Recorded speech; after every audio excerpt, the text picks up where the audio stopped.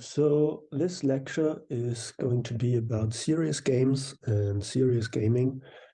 And I would like to begin this lecture with some of the basic definitions and the basic foundations, because I think it's always a good idea whenever you approach a new topic to spend some time with establishing these foundations, just to make sure that we are all actually talking about the same things and that we have a shared understanding of what we are actually talking about.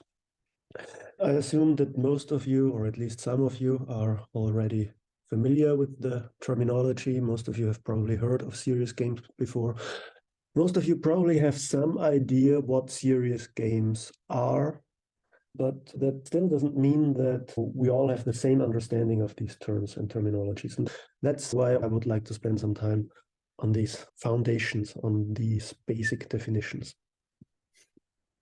In addition, if we're talking about serious games, there's actually a lot of different concepts and a lot of ambiguous vocabulary and terminology that's sometimes overlapping or that's easy to confuse.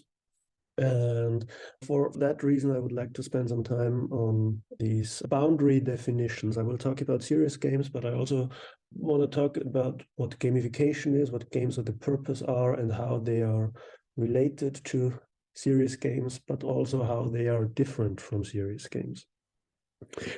First of all, the idea that games and play can be more than just pure entertainment, that they can serve a practical or utilitarian purpose is actually quite old. This idea goes back as far as ancient Greece, and even Plato was deliberating or considering these qualities of play that go beyond just mere entertainment.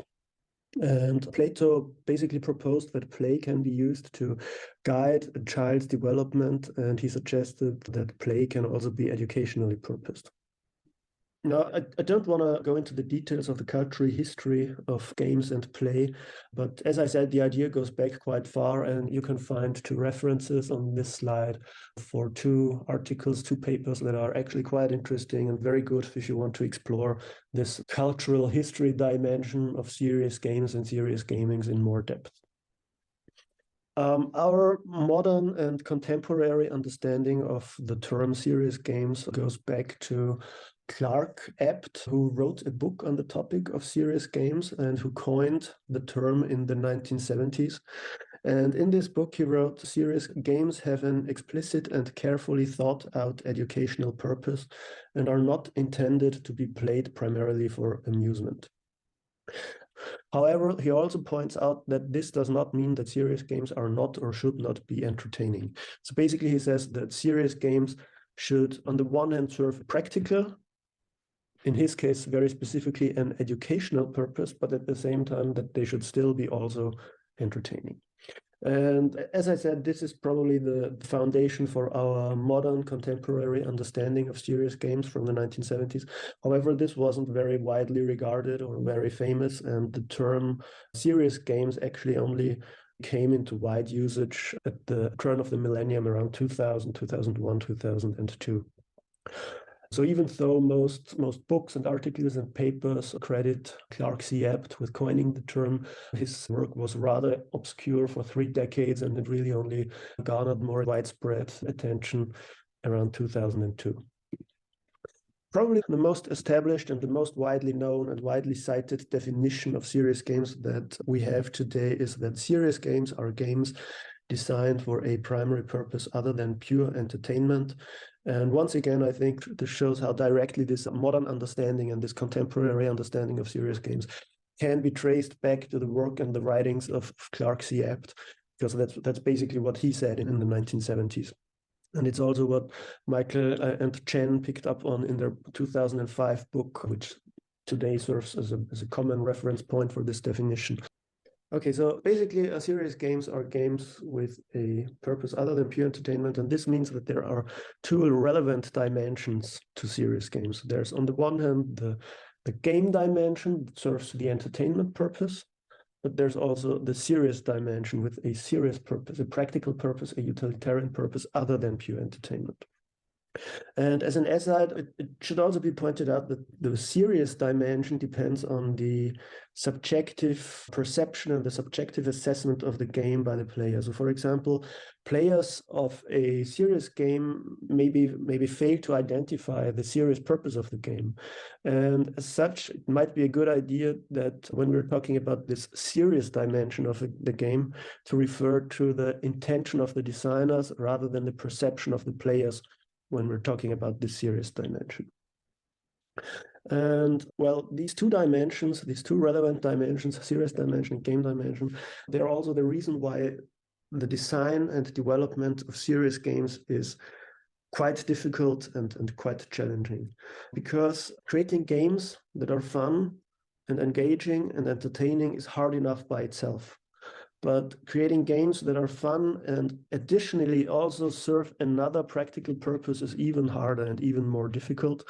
And it requires knowledge and skills in both game design, but also in the serious application domain, in the domain where the serious purpose of the game is intended to come to bearing. Now, when we're talking about serious games today, usually what we're talking about are serious games that are video games. And Jyoti and colleagues tried to map out this landscape of how serious games and video games intersect and where they overlap. And basically, if you look at the left-hand side of video gaming, there might be video games that are purely intended for entertainment purposes.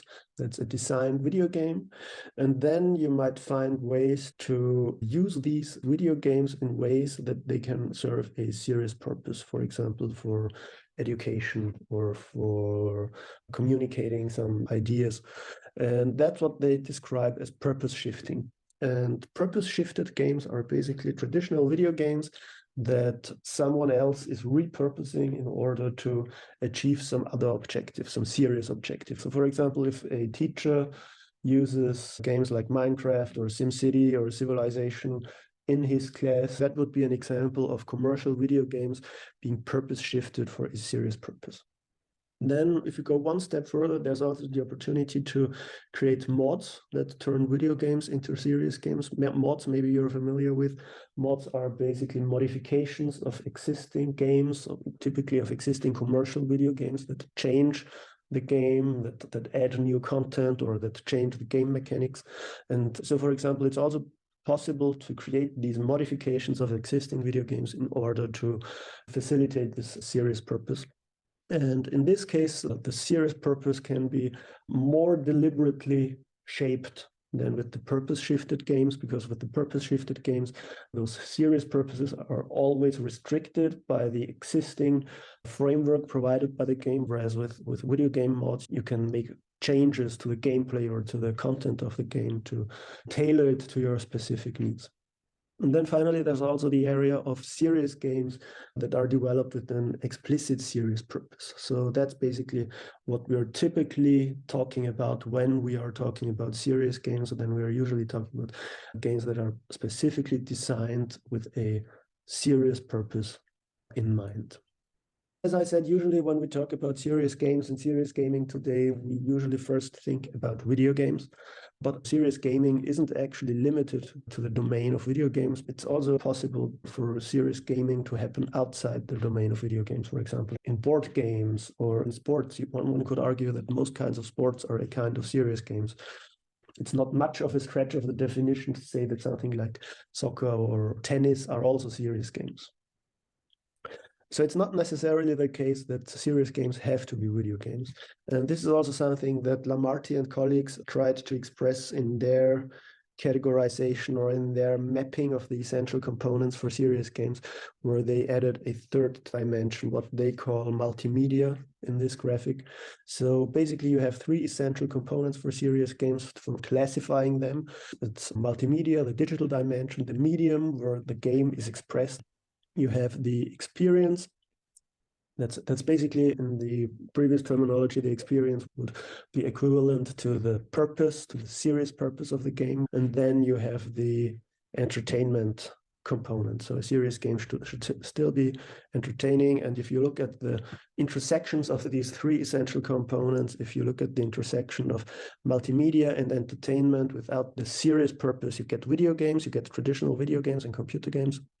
If you look at multimedia with the serious purpose, but without the entertainment dimension, you get something like training simulation that is both digital and useful, but not entertaining, probably. And if you look at the intersection of experience and entertainment, or purpose and entertainment, if you will, but without the digital domain, without the multimedia domain, you end up with sports and board games. So basically you have fun and entertainment, you have purpose, but you lack the digital component. And according to Lamarty and colleagues, a definition of serious games happen at the intersection of those three essential components, where you have both the digital medium, the multimedia expression of the game, where you have the experience that carries some serious purpose, some utilitarian or practical purpose, and the intersection of entertainment and enjoyment. Okay, so I think we now have established a pretty good and comprehensive understanding what serious games are, what serious games are not, and how they relate to video games. I also want to try to delineate this domain of serious games from concepts that are maybe related or maybe very close, but not exactly the same. And one of those concepts are games with a purpose. And, you know, games with a purpose, that probably sounds like it's just the same thing as serious games as per our definitions, right? I mean, I just spent a lot of time explaining that serious games are games with a purpose other than entertainment. So it sounds like games with a purpose is just exactly the same, right? And you would be forgiven for thinking so. However, it's actually not exactly the case, because games with a purpose are generally considered something slightly different, at least in academic circles. And the reason for this is that the term originated from a different source. So the concept of games with a purpose was introduced by Louis von Ahn in the early 2000s, so I think around 2003, if I'm not mistaken. And that's roughly at the same time that serious games became popular in academic circles.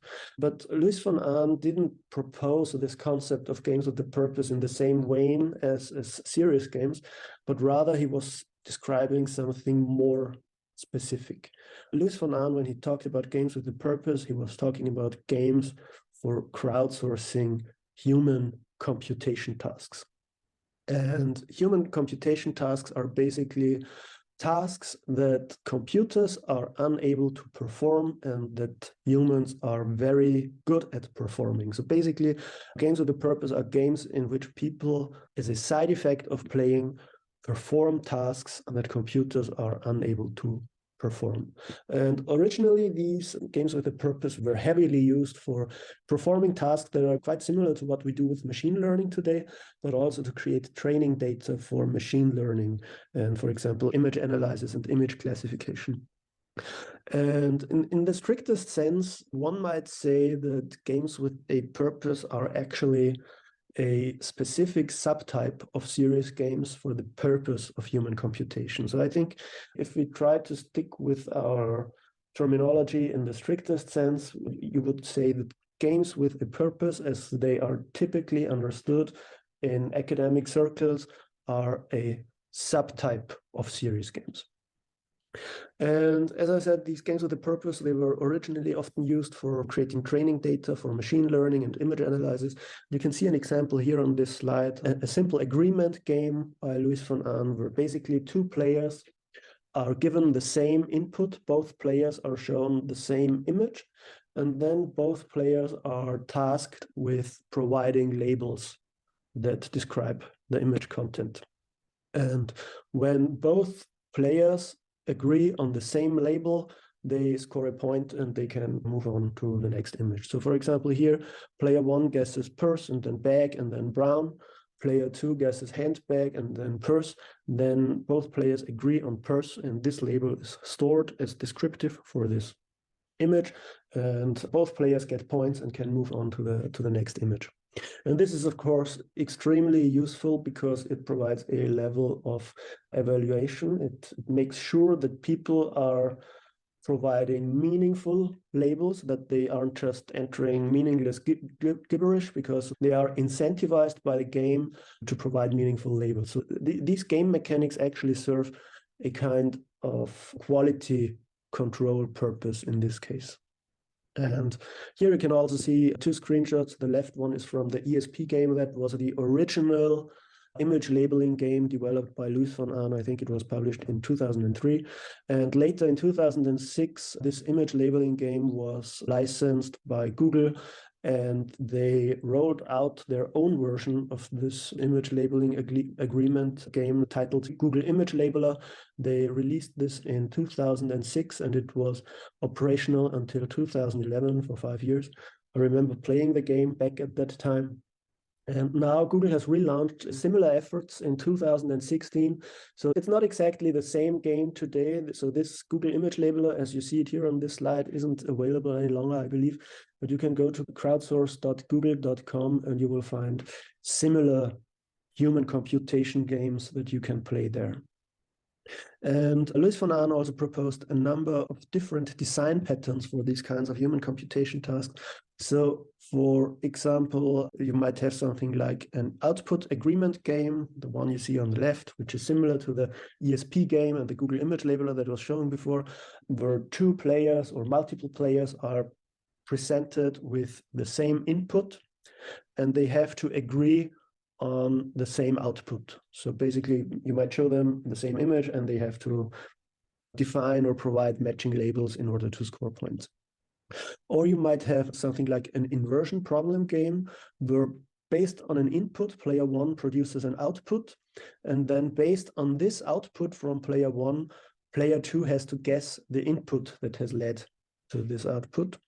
Another design pattern for human computation would be an input agreement game, where players have to decide whether they have been given the same input. So also quite interesting, quite useful. But I think one of the interesting or one of the remarkable differences between the games with the purpose as proposed by Luis von Ahn and serious games as we understand them today is that serious games typically serve a practical purpose that is primarily beneficial to the players of the game. So for example, with educational games or healthcare games, usually the primary objective, the primary purpose of the game is something that benefits the player, him or herself. And on the other hand, with games with the purpose, with these human computation games, usually the purpose is not to the benefit of the player. I mean, players should be ideally entertained. They should have fun playing the game. But the primary purpose outside pure fun and enjoyment is something to the benefit of the provider of the game. So for example, Google benefits from these image labeling games because you provide valuable training data for their machine learning algorithms. So I think that is one very important difference between serious games and games with the purpose, if you will. Another term that is, I think, closely related with serious games, or another concept that I think is closely related with serious games, is the concept of gamification. And there are many parallels here because the application domains of serious games and gamification are often quite similar. And the basic idea behind them is also quite similar. But there is also one important distinction, and that is that serious games are first and foremost games, whereas gamification happens outside of games. The most established definition of gamification is the use of design elements characteristic for games, but in non-game contexts. So per definition, gamification is different from games because it happens outside the domain and outside the realm of games and gaming. And as such, the difference is primarily in the context, while the goals and the techniques employed in gamification in serious games may be quite similar. So gamification is the use of game design elements in non-game contexts, and these game elements can have various shapes or forms. For example, it could be achievements that you earn for performing some tasks. It could be badges that you can collect. It could be high scores. It could be leaderboards that facilitate some kind of competitive dynamics, competition between participants, between users. And this type of gamification, this use of game elements outside gaming is very widespread today, I would say. And gamification is also sometimes criticized for being manipulative. So it's criticized for manipulating users to do something that they do not actually want to do. And yeah, that's an interesting ethical dilemma, because manipulation doesn't have to be something bad. Manipulation can also be to the benefit of the user. So for example, if you have an educational system that uses gamification elements in order to motivate people to learn more or to have better learning outcomes, then it's, of course, on the one hand manipulative, but it's manipulation to the benefit of the user. So that's actually something that's very difficult to make blanket statements about. Manipulation doesn't have to be bad. It can also be good. It always depends on the results that this manipulation achieves on the user's end. And another reason for criticism of gamification has been a lack of effort. And this is something that's sometimes also called pointification, where game elements don't really fit into the rest of the design, and they are just a simple addition or a superficial addition of game elements that doesn't really work with the rest of the system. And proponents of gamification have argued that rather than simple addition or rather than superficial embellishment, gamification should be seen as a holistic, creative, and structured process beyond superficial embellishment. So in summary, the main difference between serious games and gamification is that serious games are games first, whereas gamification is some application first with game-like additions. And as I said, gamification won't be addressed in this lecture because it's about serious games first and foremost, but some of the things in this lecture could probably be applied to gamification as well, if you're so inclined. Okay, finally, for this introduction on the definitions and foundations of serious games, I want to introduce the GPS model for classifying serious games. This one was also introduced by Jyoti and colleagues in their paper that I mentioned before. And yeah, well, moving beyond the basic definitions, a lot of different classifications of serious games exist today. And many of those classifications are often very domain specific.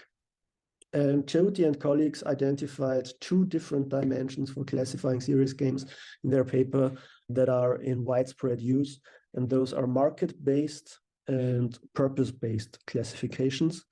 And they have tried to unify these classifications in their GPS model.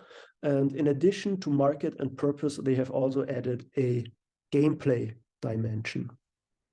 And they also specifically decided against adding a genre-based classification, genre-based classifications like first-person shooter, adventure game, strategy game, role-playing game, and so on. So they specifically decided against adding this genre-based classification because these kinds of classifications tend to be not very precise, but they can also be overly restrictive. So that's a very deliberate decision here. And the first dimension in this GPS model is the gameplay dimension, and there are basically two characteristics here, two very broad, very important characteristics: game-based gameplay and play-based gameplay.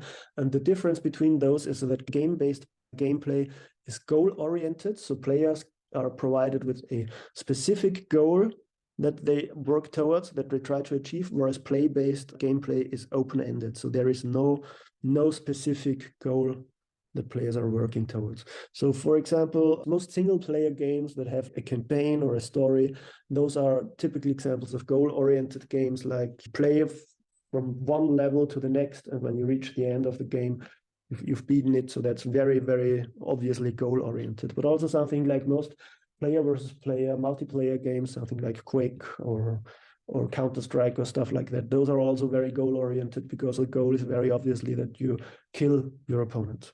On the other hand, something like Minecraft, that's rather an open-ended game. And these types of games are also often called sandbox game because, like little children playing in a sandbox, these play-based games are also open-ended and leave room for creativity and leave room for players to do whatever they want. Some games can actually be played in both ways. So for example, if you think about a game like Grand Theft Auto, those can be played both game-based and play-based, because on the one hand, there's some campaign that you can play through, that you can finish, but at the same time, there's this huge open world sandbox where you can spend hundreds of hours just fooling around without ever finishing the campaign. The second dimension is the purpose of the game, and here they divided the purpose in three broad categories: message broadcasting, which is basically communication, communicating some kind of information to the players; training, which is fostering some skills, helping the development of skills in the player base, either mental or physical skills. And then the third category here in this purpose dimension is data exchange, and that's basically what we've been talking about before with the human computation games, where it's mostly about harnessing the crowd to contribute input data for some purpose, to collect data from a large player base. And then the third dimension is scope, and scope basically deals with the target audience or with the target market of serious games. And you can see that there are many different categories here: state, government, military, healthcare, education, corporate, religious, culture and arts, ecology, politics, scientific research, and so on and so forth. Advertising also quite big. But in my view, the two biggest markets for serious games today are probably education and healthcare. And that is also where most of the research appears to be happening. And then maybe also advertising. I think advertising is also a pretty big market for serious games. And the other markets exist, of course, but I think the three big markets for serious games today are probably education, healthcare, and advertising. And of course, sometimes it can also be quite difficult to decide between the different categories in this model, at least in my experience.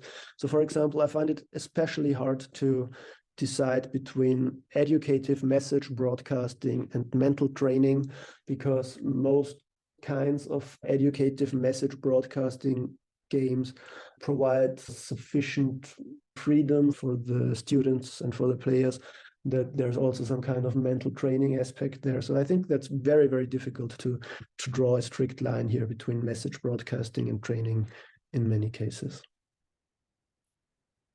Okay, so after this rather theoretical introduction and overview of the basics and the basic definitions of serious games and related concepts, I would next like to take a quick look at a number of specific and concrete examples for serious games. And let me preface this by saying that this is, of course, a very, very limited selection, because by now there is a huge number of serious games out there. So these examples, they aren't comprehensive at all. It's also quite subjective. I primarily tried to select games for these examples that I find interesting in some way, but also maybe impressive in what they achieve or how they are made. And also I've tried to select the games to highlight the broad spectrum of different serious games that are out there and that are in existence, and also to highlight some critical issues that might be raised by serious games and what they do and how they work. Okay, so a couple of examples. The first example that I would like to show you is Minecraft Education Edition. And I'm just gonna assume that you're probably all familiar with Minecraft, because Minecraft is like the best-selling video game in history with over 230 million copies sold. There were 140 million active players in 2021, so it's probably fair to say that it is the most successful video game of all time, and a lot of you have probably played it. It's quite an old game by now. It was originally released in 2009 and has been acquired by Microsoft since then. Started out as an indie game, and Minecraft has been used before for educational purposes in the classroom by teachers. So that would be an example of a purpose-shifted game. But now Microsoft has also released a specific education edition that is specifically targeted for use in educational contexts, such as schools and classrooms. And in that sense, this Minecraft Education Edition is an example of a commercial video game that has been modified for a serious purpose, for educational purposes. Yeah, if we now take a look at this GPS classification scheme, you could say that Minecraft is probably primarily play-based because it is very open-ended. It provides an open sandbox for the players to engage in.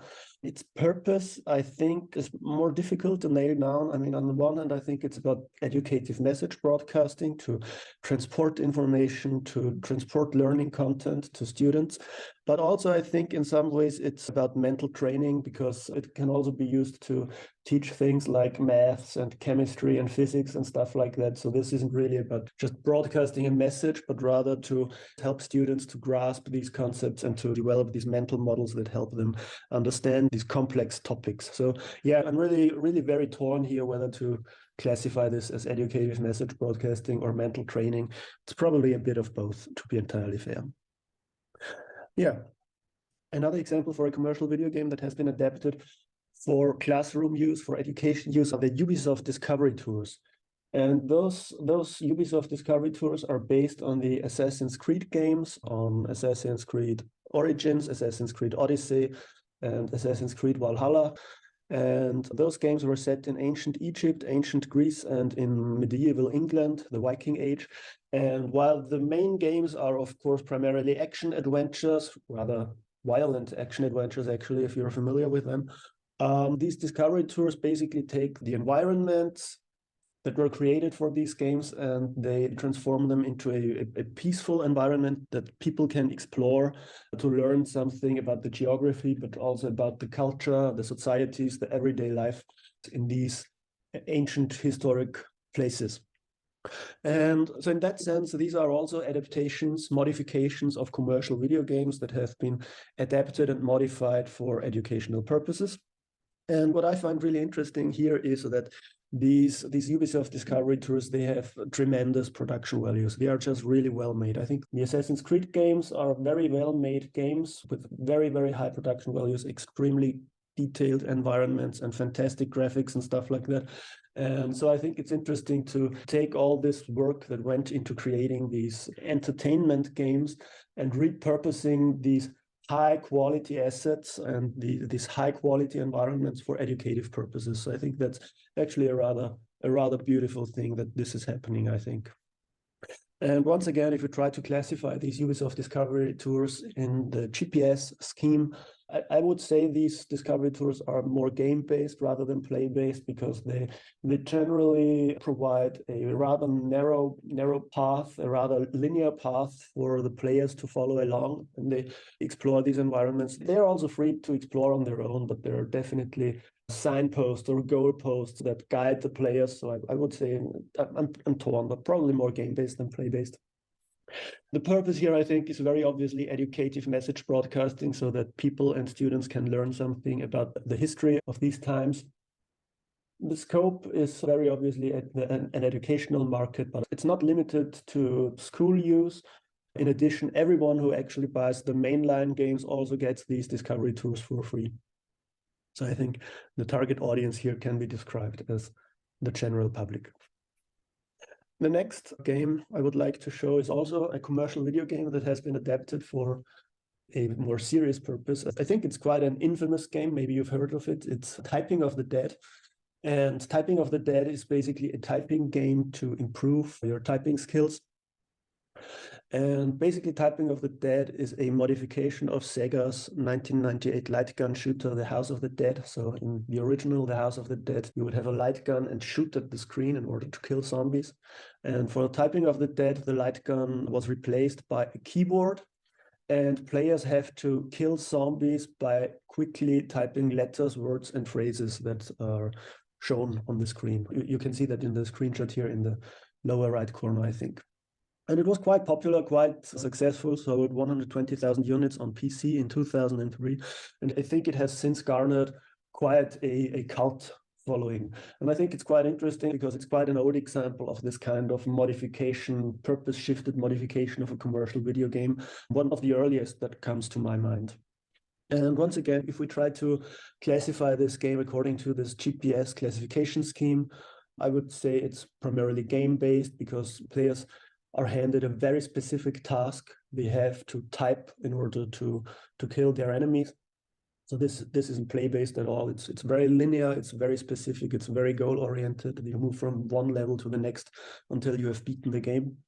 The purpose here, I think it's very obviously training. I mean, you could probably argue whether typing is more a mental or a physical skill. It's probably a bit of both, but it's very obviously a training software, a training tool for people to improve their typing skills.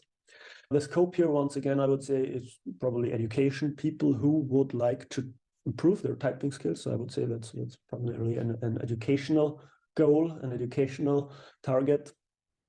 And the target audience, once again, I would say is the general public. Everyone could use this game to improve their typing skills.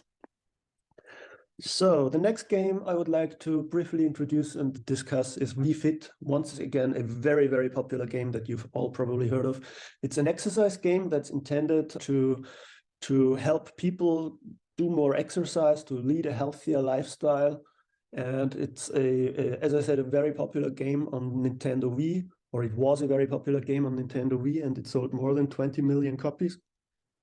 And it has also been deployed in several studies to examine the actual effects of this game, to see if it actually improves the health of players, to see if it actually helps people improve their exercise regimen.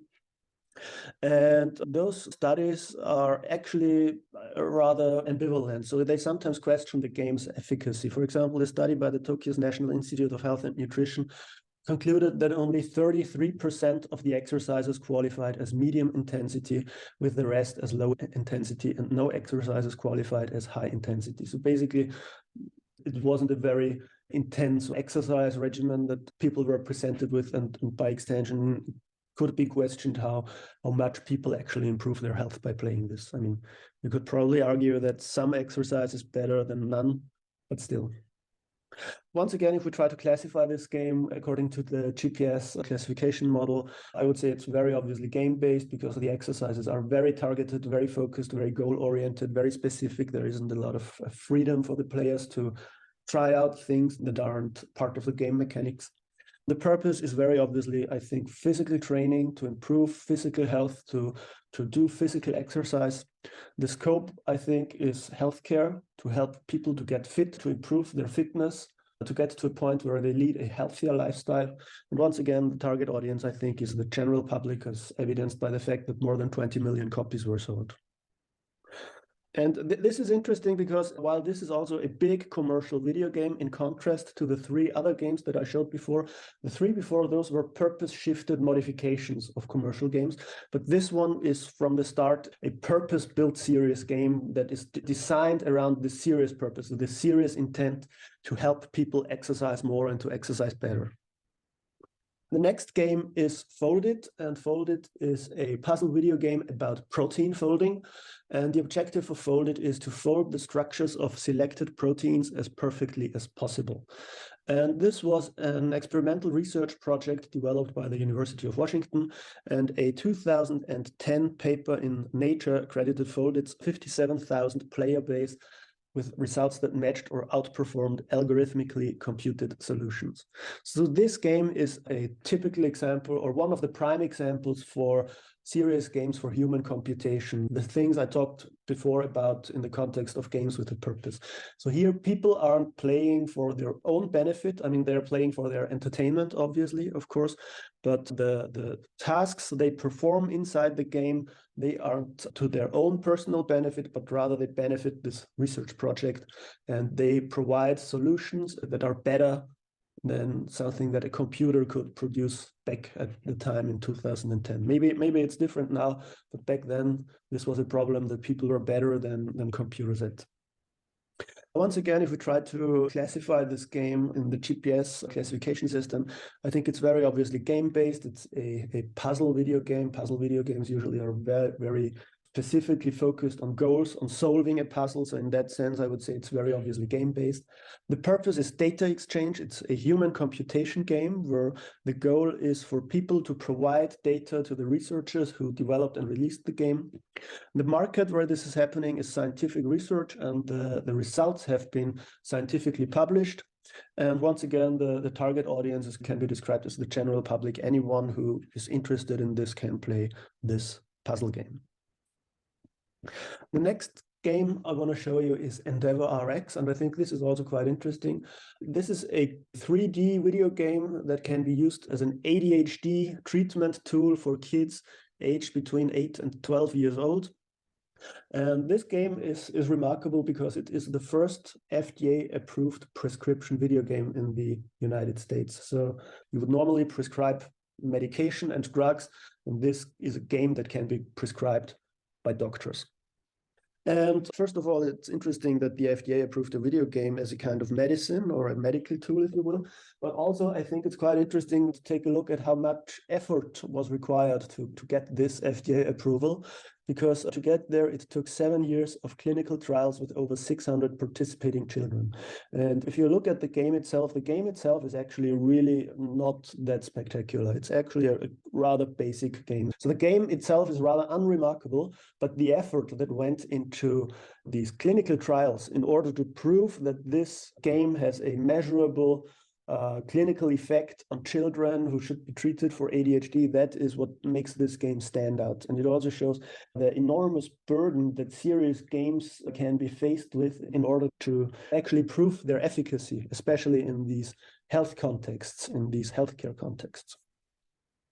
If we once again try to classify this game in this GPS classification system, I would say it's very obviously game-based because it isn't really an open-ended sandbox game. The purpose is mental training because it is an ADHD treatment, a mental condition, if you will. The scope is healthcare, very obviously healthcare, because it's a medication in a sense. And once again, the target audience is the general public, or more specifically, kids aged 8 to 12, but aside from that, every kid aged 8 to 12. Okay. The next game, once again, with a medical connection in a medical context, is Pulse. I don't think this game is available anymore, so I only found historical references to this game, but it's often mentioned in the literature, so I picked it out for this presentation. And Pulse is a simulation game for the training of medical professionals. And you can see here, it has pretty good graphics. It has these 3D environments where you're working in the hospital and you have to make the correct decisions to treat patients. And the goal is for players to practice decision-making protocols and clinical skills in a virtual hospital setting. And I think this is also quite interesting because this game is quite different from the ones that we saw before, because it isn't intended for a general public, but rather it is intended for training professionals. So this is somewhere between a simulation and a serious game, if you will. It's a simulation serious game. It is very obviously game-based because it is very goal-oriented. Players have to select the correct treatments, they have to make the correct deductions, they have to make the correct decisions in order to treat the patients in the correct way. And it's, I think, very obviously an educative message broadcasting game, but also, once again, maybe a mental training game. So once again, similar to what I said before with Minecraft Education Edition, I think it can be quite difficult to separate here between educative message broadcasting and mental training. Could be either, could be both, I think. Yeah, as I said, target audience, professionals, and in the target market of healthcare, very obviously for training medical professionals. Okay, so the last game I would like to talk about today and show you today is probably the most morally ambiguous and very heavily criticized game, actually, and that was very controversially received. A game that's also quite infamous that you might have heard about, and the game is America's Army. And America's Army is basically a first-person shooter video game series published by the United States Army for publicity and recruitment purposes. And the first version was released in 2002, and the latest version was shut down in 2022. So this game was operational for 20 years, which just shows how successful it was. And as I said, this was a massive source of controversy as a recruitment tool, with criticism leveled at the fact that it contributes to the militarization of society. And I think it's very easy to see how this is controversial or how this could be problematic, because basically the idea here is to show young people that going to war and killing people is cool and fun, so maybe join the army and do it in real life. But if we try to classify this game in the GPS classification system, once again, it's very obviously game-based. It is a multiplayer PvP, player versus player online shooter, where the objective is to kill your enemies, or maybe place a bomb, defuse a bomb, rescue hostages, whatever, but very specifically goal-based. It is very obviously a persuasive message broadcasting purpose that this game serves. So the main reason is to recruit soldiers and to improve the public image of the US Army. And the target audience is obviously the general public, because you try to recruit from the general public with a propaganda game like this. And this last game, I think, shows that there are some rather difficult ethical considerations that must be taken into account when designing serious games. And as I said, America's Army, I think it's very obviously that this is morally and ethically dubious. And it raises the question, is it okay to do this, to manipulate players in this way? And to that end, I believe any designer of serious games has to question two different things in order to address these ethical concerns, these ethical dimensions, these ethical considerations. First, designers have to question the intent. They have to question whether their desired outcomes are actually to the benefit of the player, and whether their desired outcomes are actually to the benefit of society at large. So, for example, with a game like Typing of the Dead, where you can improve your typing skills, it's obviously very much to the benefit of players. For a game like Folded, it's probably not to the benefit of players, it's for their entertainment, but otherwise they probably don't have a huge benefit from it. But on the other hand, the game produces scientifically valuable results that can be used in research. So in that sense, it is to the benefit of society at large, I would argue. So once again, I think the intent behind the game is a good one. On the other hand, something like America's Army, I personally would say it's neither to the benefit of players nor the benefit of society at large, but that probably depends on your general attitude towards the military. Secondly, when thinking through these ethical considerations, designers also have to question the outcomes. They have to question, do we actually achieve our desired outcomes with this game, or do we produce a different result? So they have to question, if you will, the efficacy of their interventions, of their serious games. So even if the intent is good, if the outcomes don't match your positive intent, then it might still be detrimental to the players or to society at large.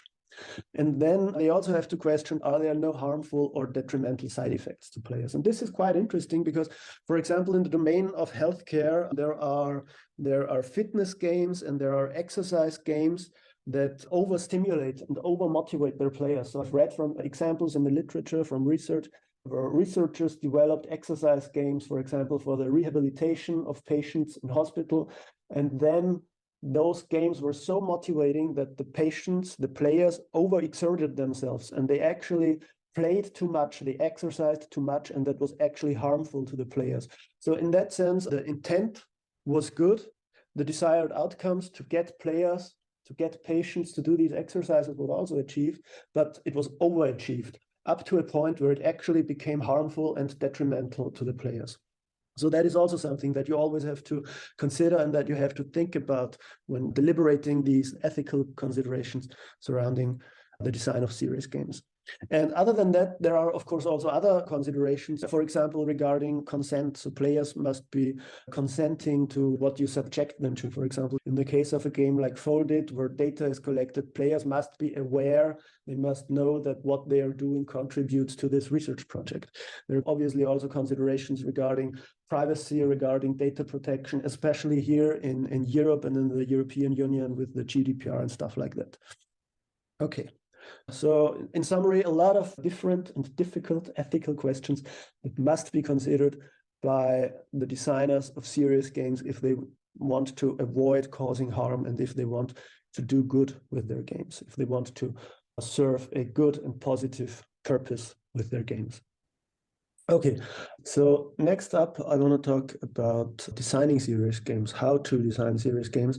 And before we get into that, I would like to say that in my experience, game design and game development is something that requires a lot of hands-on practical experience, something that also I think requires a lot of trial and error. And those are things that cannot easily be shown as part of a lecture. So instead, the following part of the lecture will focus on rather abstract and theoretical foundations of game design and on how to design serious games. And I think that's important as well, but always keep in mind that in order to become proficient in game design, as I said, I think it requires a lot of practice as well. So first of all, I want to talk about the space where games and play actually happen. And in a sense, also the space that game designers shape in order for players to enter, to be immersed in, and for them to play the games. And this space, I think, is commonly described as a kind of magic circle. So that's a concept that's very, very popular, very prevalent in the literature, in the game design literature today. And basically, the idea of this magic circle is that this magic circle is a space, a play space, a game space that is separate from our real world. And in that way, in games and in digital media, the magic circle is the space in which the normal rules and the reality of our real world are suspended, and they are replaced by the artificial reality of a game world. And this term, magic circle, is commonly attributed to Dutch historian Johan Huizinga. And he wrote in his book Homo Ludens, a study of the play element in culture, all play moves and has its being within a playground marked off beforehand, either materially or ideally, deliberately or as a matter of course. All are temporary worlds within the ordinary world dedicated to the performance of an act apart. And I think this idea of a magic circle is very beautifully illustrated in this graphic by the Stanford GDT research group, where basically on the right-hand side, you have the real world, and maybe in the real world, you would kick a ball in the net, and that would be like a rather meaningless act as it is. But then inside the magic circle of soccer, of the soccer game, this kicking a ball in the net is suddenly transformed into the act of scoring a goal. So it suddenly takes on meaning. And some people in this world are paid very handsomely for the ability to kick a ball in the net. But outside this magic circle, this specific context of the soccer game, it's just the act of kicking a ball in the net, a rather pointless and meaningless act, as I said. And as I said, the term magic circle is commonly attributed to Johan Huizinga, who coined the term in 1938. However, it was only popularized much, much later in 2003 by Eric Zimmerman and Katie Salen. So basically, they started popularizing this term in game design circles. So the magic circle is actually not a particularly prominent phrase in the book Homo Ludens. And Eric Zimmerman actually later wrote and reflected on this and said that also Huizinga never actually adopted this full-blown magic circle point of view that games are ultimately separate from everything else in life. And Huizinga's thesis was actually more ambivalent in these issues, and he also argued against a strict separation between life and games. And this is also something that's echoed by game designer and game academic Ed Castronova, who also put forth the idea or the notion that our culture today has moved beyond the point where distinctions between the virtual and the real are helpful, and that games today have become such a central part of living and such a central part of everyday life that the differences between game and real life is starting to become blurred. However, I still think that this concept of a magic circle is useful. I think it is useful as an explanation of two advantages, two core aspects that serious games promise.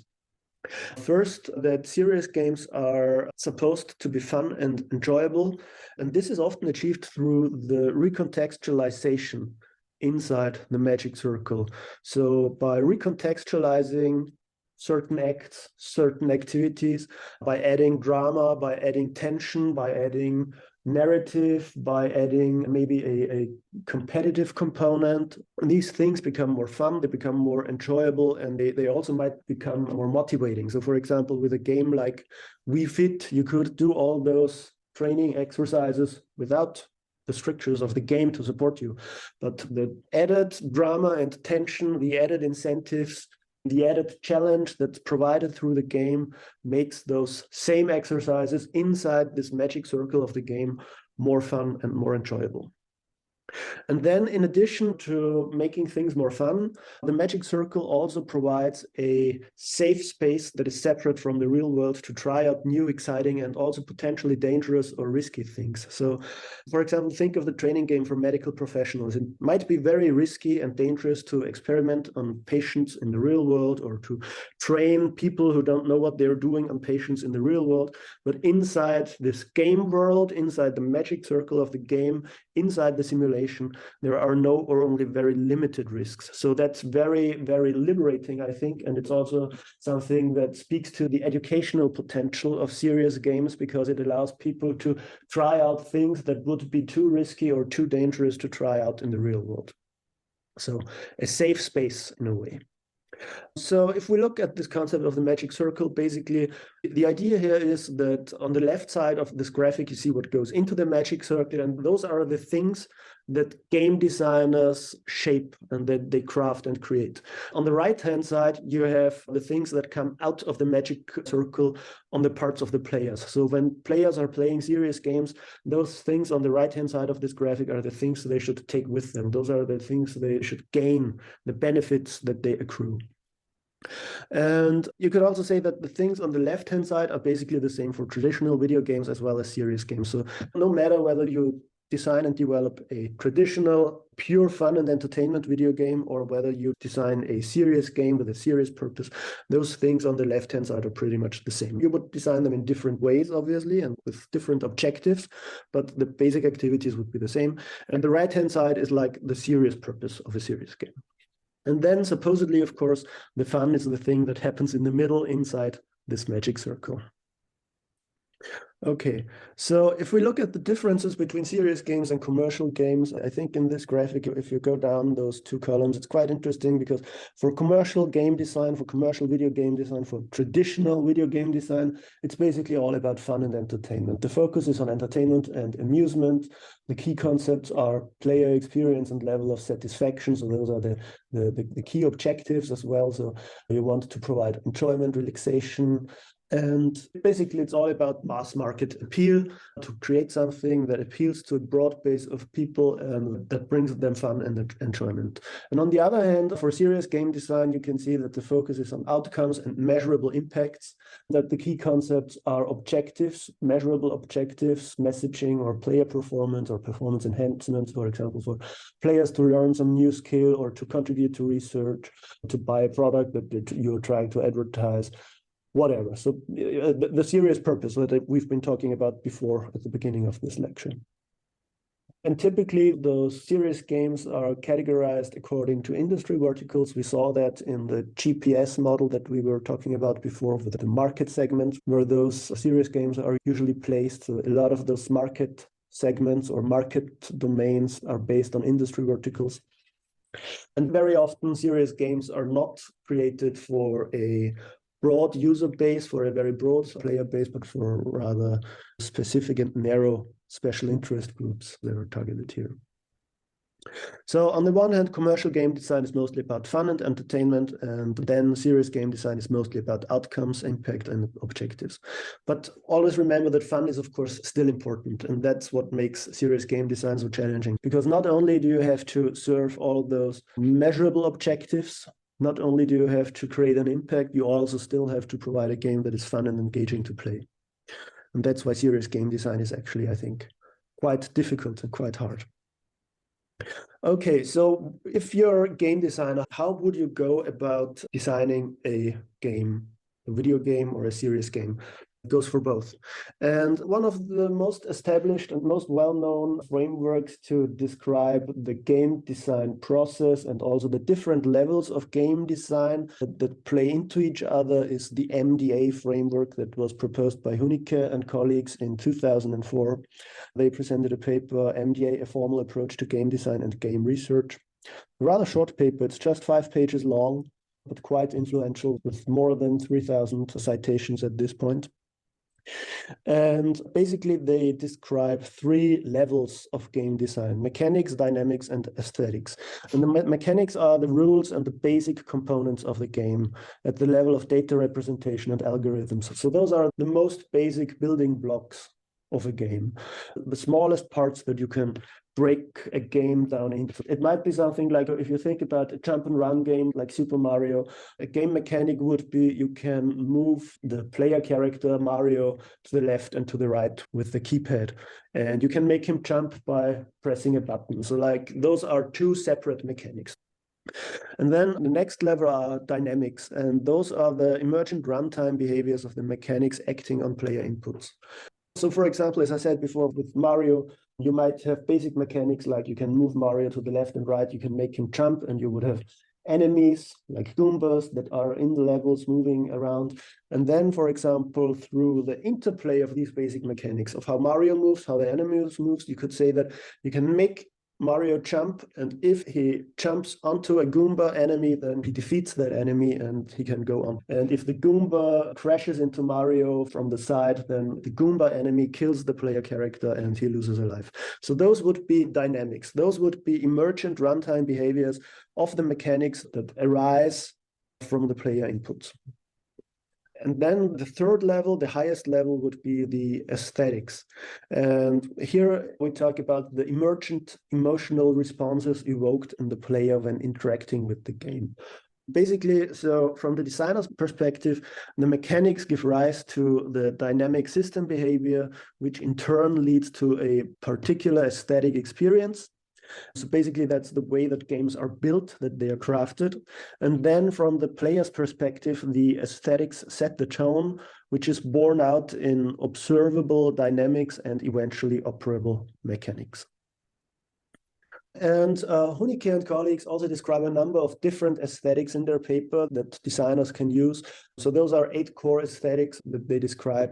One is sensation, which is basically game sense pleasure. That's basically an aesthetic where you just enjoy the experience, where you just enjoy the sensory input that you receive from the game. There's the aesthetic of fantasy, which is basically game as make-believe, which is where you slip into a different role, where you inhabit a different role. I think that's a very common aesthetic, especially in character-driven games like adventure games or role-playing games. You have the aesthetic of narrative game as drama, which is like an aesthetic that you would typically find in story-driven games, very much in story-driven games. You have the aesthetic of challenge, which is basically the game as an obstacle course where you have to overcome some challenge, where you have to succeed, where there's also a chance of failure, obviously. You have the aesthetic of fellowship, which is basically the game as a social framework, where the game primarily serves the purpose to bring people together. That is something that you would typically have in online games, especially massively multiplayer online games. So for example, for some people, a game like World of Warcraft might not primarily be about the gameplay or the challenges or the leveling or the exploration, but rather the fellowship, the social connections that they can form inside the game or also around the game. You have the aesthetic of discovery, which is the game as uncharted territory, which I think is a very large part, for example, in open world games, and it's very much part of the play experience to just explore the game around you. You have the aesthetic of expression, which is basically the game as self-discovery, which is where you are able to create something yourself, where you're able to express yourself. I think Minecraft is a prime example of a game that uses this aesthetic, this expression aesthetic, where people can build something so they can express themselves. And then you also have the aesthetic of submission, which is basically just the game as a pastime, which is just something that you do to pass time. So you can see there are many different aesthetics that also might speak to different players. And this brings me to a related point, namely that different people play games for sometimes different reasons. And there are also different personality types, different player personality types who are drawn to different kinds of games or who are motivated by different things. And one of the most widely known classifications of player personality types is the one by Richard Bartle. These are sometimes also called Bartle types. And if you look at the graphic here, basically on the left-hand side, you have a dimension that is very much multiplayer oriented, that is very much about playing and interacting with other players, whereas the right-hand side is much more a single player oriented. So this is about things that don't require other players, that you can play against the machine, that you can play in a single player mode. And then in the top half, you have a dimension that is very much about a sense of mastery and control. It is about being active, about acting on this game world or acting on this game environment. And then in the bottom half, you have a dimension that is very much about the sense of reciprocal interaction. It's very much about interacting with the game environment and with the game world. In this classification, then Bartel identified and defined 4 different player personality types. The killers, who are primarily motivated by acting on other players. So, for example, people who enjoy player versus player games, who enjoy online shooters where they are in competition with other players, for example. Then the second player type are achievers, which are once again people who like acting, but not on other players, but rather on the game world. So those are people who like challenges, who want to overcome challenges. Those are people who are motivated by things like high score lists or achievements, or who are probably completionists when it comes to gaming. Then in the lower left corner, there are socializers, and those are people who are primarily motivated by interacting with other players. So they want to make friends, they want to form bonds, they want to chat. They're primarily driven by these socialization opportunities provided by typically multiplayer games. And then in the bottom right-hand corner, there are the explorers, and those are a player type who is motivated by discovery. Those are people who basically want to interact with the game world. They want to experience the world and the story around it. And of course, what is motivating for some people might be frustrating for others. Okay, so all the things that I've been talking about up until now, the magic circle and the MDA framework and the player personality types, those aren't really specific to serious games, but rather they also concern general video game design, or video game design theory, if you will. And now if we want to bring this serious dimension, this purpose of serious games into these game design activities, how can we do that? And there's a paper by Browning from 2016 where he explored extending the MDA framework for serious games, and he proposes his so-called MDAO framework, which is basically MDA plus outcomes. So he adds outcomes as an additional part, as an additional layer into this MDA framework. And those outcomes are the behavioral or intellectual consequences of the player's interaction with the game. They are the result that is caused by the game. And basically, if you look at this model here on the right-hand side, we see the different layers and how they are shaped and perceived by players and the designers. We can see that the dynamics are based on the mechanics of the game, and the aesthetics are based on the dynamics of the game, and the outcomes are placed on the same level as the aesthetics. So the outcomes are also a result of the game dynamics, if you will. And so basically, when designing games, the outcomes have to be considered on the same level as the aesthetics. And it's very, very important when designing serious games to start your design process with the outcomes, and then working backwards from the player's perspective as the designer. That's something that we've also observed many times from personal experience, that it's really, really very important to first focus on the outcomes, focus on the purpose that you're trying to achieve, and then every other design decision has to flow from that.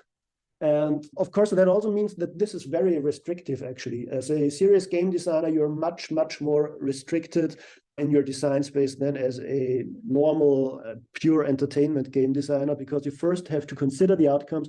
You have to really think them through and define them and understand how those outcomes come to bearing or what shape they should take. And then you can start building the rest of your game. And everything else, mechanics, dynamics, aesthetics, has to be in service of those outcomes, because otherwise you risk distorting or maybe even destroying the positive outcomes and the purpose of the game that you're trying to achieve. And this MDAO framework also defines a number of different outcomes that you might want to achieve, or sometimes maybe also several of them. So the first of those outcomes described in the paper is behavior change in order to, for example, create a lasting effect on behavior. So for example, if you're talking about an exercise game, if you're looking at an exercise game like We Fit, that would be, I'm now exercising for half an hour a day. That would be a lasting effect on behavior if you can convince players to exercise half an hour a day. The second described outcome is attitude, and that's about changing the attitude towards particular activities or ideas. So for example, with an exercise game, an attitude change might be that the player thinks that exercise is fun, that they start enjoying their exercise. The third outcome is information, and information is about raising awareness. For example, once again, if we're talking about an exercise game, raising awareness might mean that the player realizes that exercising 15 minutes a day has implications for his longevity and for his health. The fourth outcome is self-efficacy, and this is about supporting perceived behavioral control and building the player's confidence in their own abilities to accomplish a specific task. For example, in the case of an exercise game, to improve the self-image, the self-confidence of the player so that they think, I can do this, I am able to finish this exercise. Or to show them that they can do this and to show them that they can finish this exercise. Then the fifth outcome is explicit skills. And this is about learning specific methodologies, algorithms, or metacognitive skills, gaining a conceptual understanding of a topic, or becoming proficient at performing a task.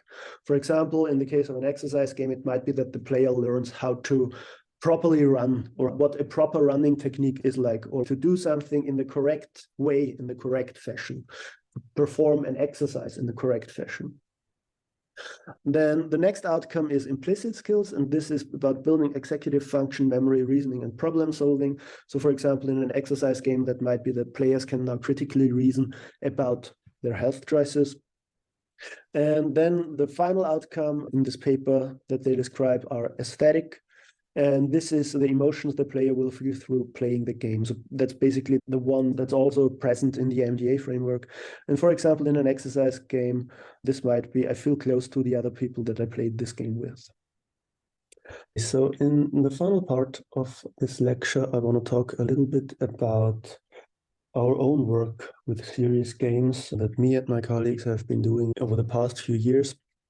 And what we have been doing was to develop serious games for research purposes. And maybe as a quick disclaimer in the beginning, my professional and my academic background is in human-computer interaction. So what I'm talking about is grounded in HCI research, but it should also be applicable to other fields and areas of empirical research. So yeah, but it's going to be about empirical research primarily. And empirical HCI research typically requires voluntary participation of human subjects. So people voluntarily have to agree to participate in your experiments or in your field studies or in interviews or something like that. So typically you require voluntary participation of humans for empirical HCI research. And our idea was to try to use serious games, but also gamification for research purposes, to recruit and to motivate people to participate in our research. And well, as we already know, serious games are games designed for a primary purpose other than pure entertainment. And in this particular case, this means that we've been developing serious games for research purposes. So that was the serious purpose, the serious dimension of those games. And the idea here is to motivate players to become voluntary participants in an experiment through fun and engaging gameplay. However, there's an important challenge when designing games for research purposes, because the research objectives must be aligned with the game design. And this means that it is necessary to embed the tasks that players should complete in fun and engaging gameplay mechanics. And to this end, the design of serious games for research requires not only knowledge on research methodology, but also expertise in game design. The specific research domain that we have been focusing on is text entry evaluation. And basically, text entry evaluation is concerned with investigating how people enter text into computing systems using a keyboard or a virtual keyboard, or maybe more exotic means of text entry. And these kinds of experiments, these text entry evaluations, are very often conducted in a lab environment. This approach gives researchers more control over the experiment, and they can limit the effects of confounding factors in order to ensure the validity of the results. However, on the other hand, this artificial environment raises some questions regarding the external validity and also the generalizability of the results.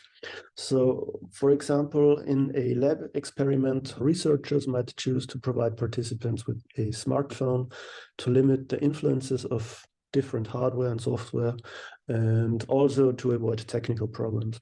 However, this in turn poses the risk that the results might be distorted in a different way. For example, a participant might be slower, or he might make more errors because he's not familiar with the device that he must use. And I think Niels Henze put it very nicely in a paper when he wrote, experiments can have a high internal validity and be very reliable without necessarily having much to do with humans' real-life behavior. So there are possible solutions to this problem, and one popular approach in recent years has been to conduct large-scale HCI experiments and experiments in the wild, for example, by using crowdsourcing platforms such as Amazon Mechanical Turk, or by running public App Store trials with apps that are released on app stores. And with these public App Store trials, if you want to run such a public large-scale trial, the crucial issue is, how do you motivate and convince people to participate? And one way would be paying them, of course, but instead we have decided to try and focus on creating serious games to turn people into willing and voluntary participants for our text entry research. Our game design processes were typically informed by existing frameworks on game design, such as the MDA framework or the Human Computing to Video Games model. The first step in our design process has always been to define and specify the desired output that we want to generate, that we want to collect with these games. And our desired output is informed by text entry evaluation methodology and consists of typical performance text entry measurements such as words per minute, error rates, and so on. And based on this desired outcome, we chose a fitting core gameplay mechanic, the transcription of phrases that are presented to players. And this task is similar to existing typing games, and it is also similar to existing text input experimental software, such as the one that you can see in the lower right-hand corner of this slide. So over the years, we developed a number of different games for our research purposes, 4 in total that I want to reflect on. And some of those games and some of our research has also resulted in a number of publications and conferences that you can see here. And the first of those 4 games that I would like to present to you was Hypertyper. That was our first try here. And Hypertyper is a futuristic spaceship racing game. It is a single-player game where players race against computer-controlled opponents. Each race consists of 4 stages, and a single stage in the race corresponds to the transcription of a single phrase. And players must enter text as quickly and accurately as possible to beat their opponents and achieve a high score. And players are also specifically instructed to type as quickly and accurately as possible during the tutorial for the game. And our goal here was to collect data on typical typing behavior from players. And this also means that players are playing voluntarily, that they are playing on their own personal devices, and that they are playing in their everyday natural environment.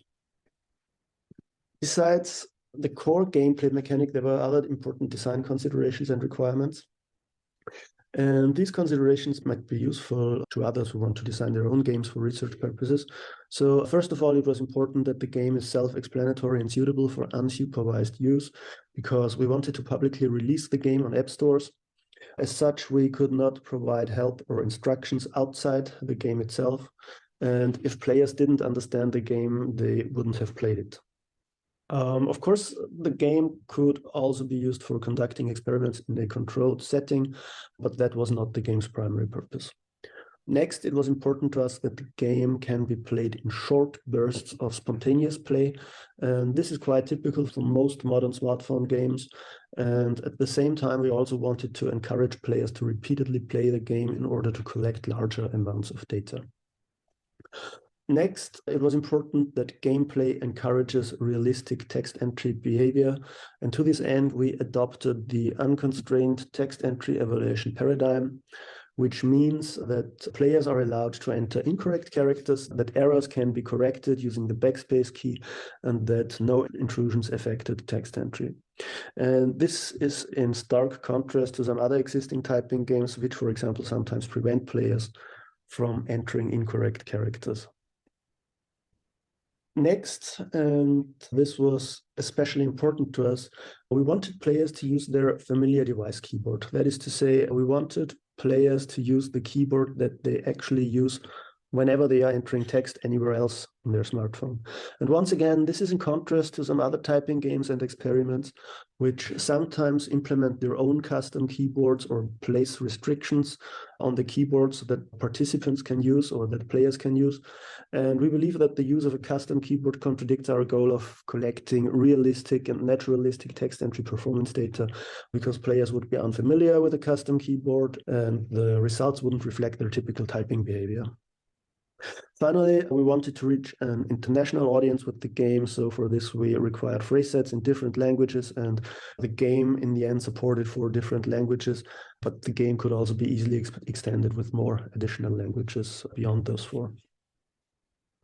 In addition to the core gameplay mechanic, there are also additional game features to encourage players to play more often or to play repeatedly. And these features are a global online leaderboard and achievements, which were implemented using the Google Play services, a local high score list for players who don't have a Google Play account, and also a number of unlockable ship models.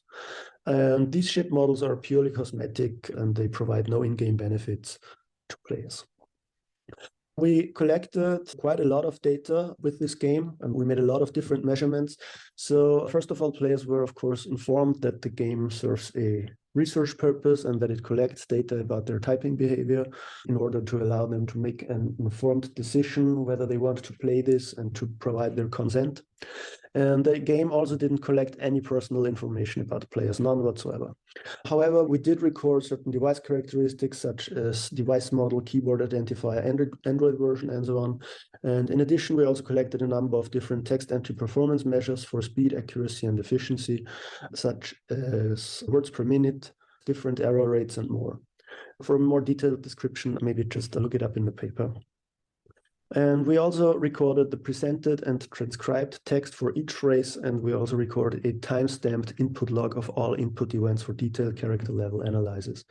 And all data was transmitted in the background with no player action necessary, and if the device was offline, data transmissions were queued until connectivity was restored. Okay, so much for the game design and the development and the features.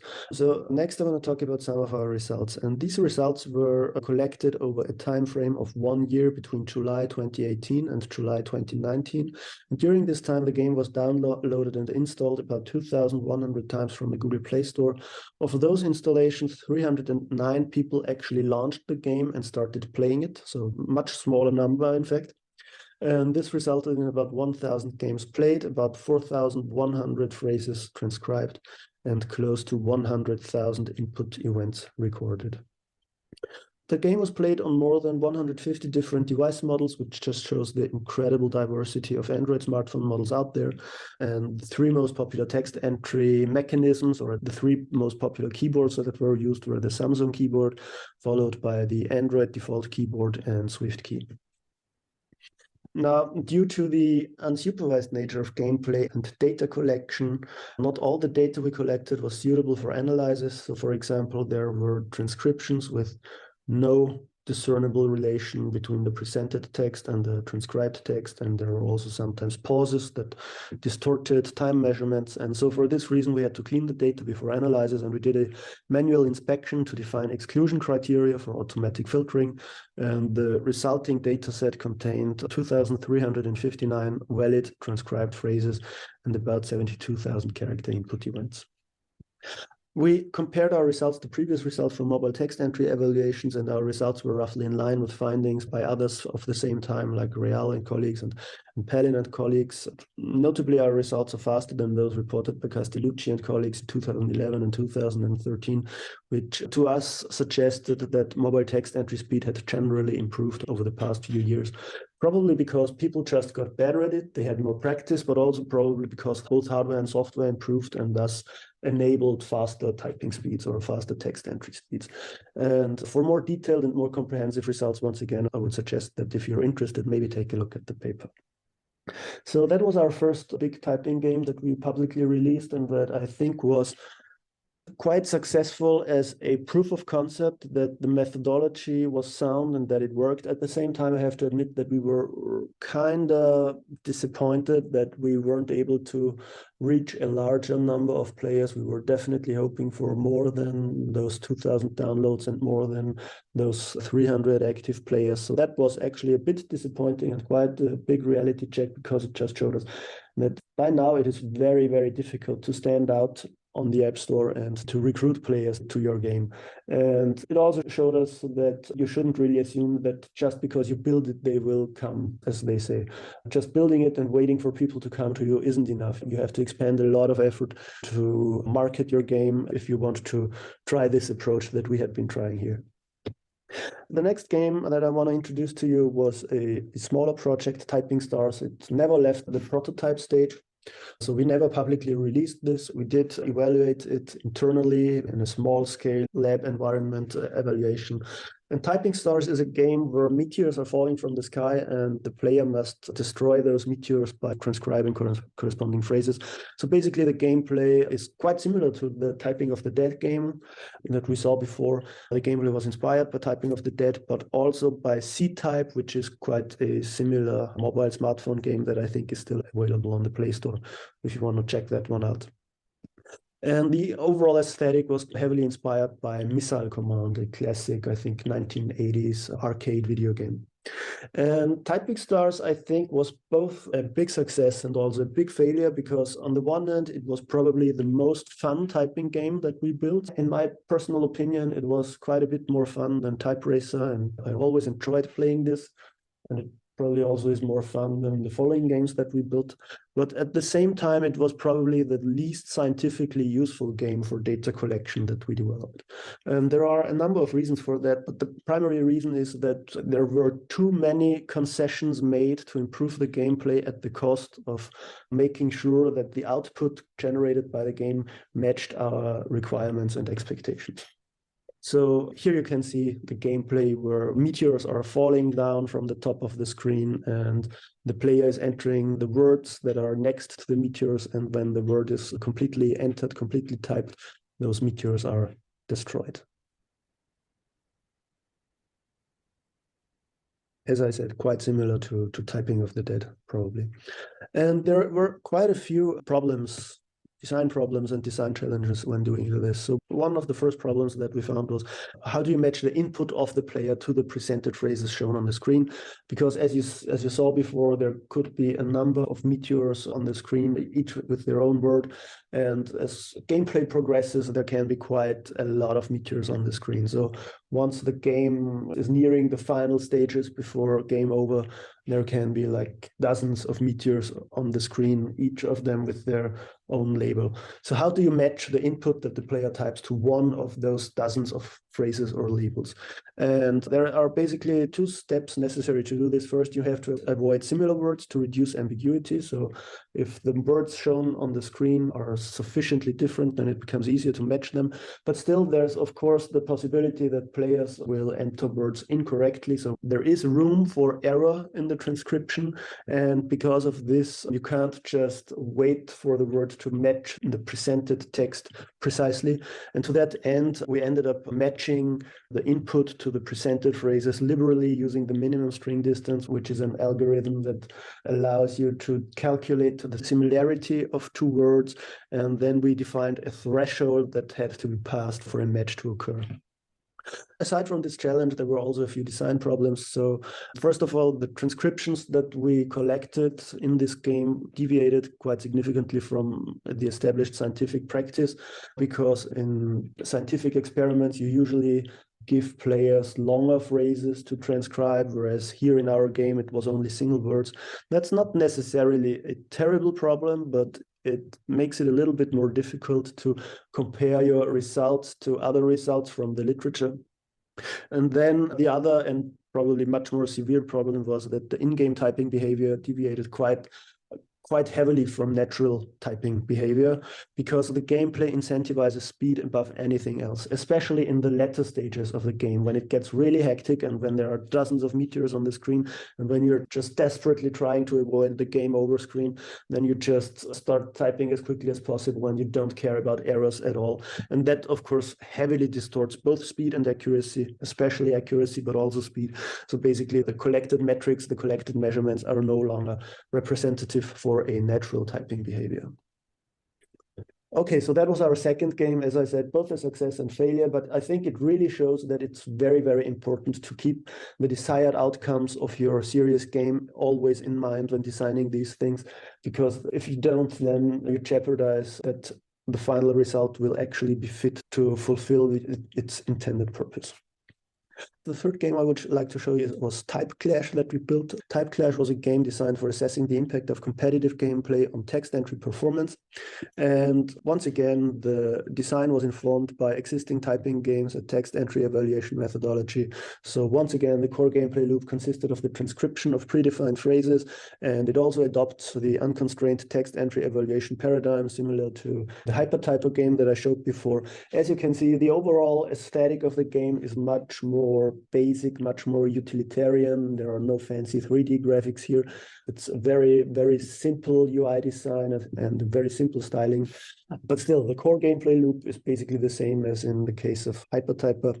And once again, we collected metrics such as words per minute, adjusted words per minute, total error rate, corrected error rate, uncorrected error rate, and so forth.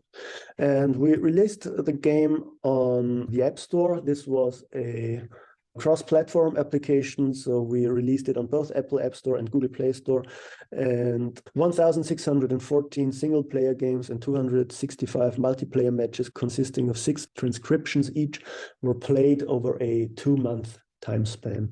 And over this 2-month time span, after data cleansing, we were left with 1,464 transcriptions from single-player games and 1,194 transcriptions from multiplayer matches for subsequent analysis.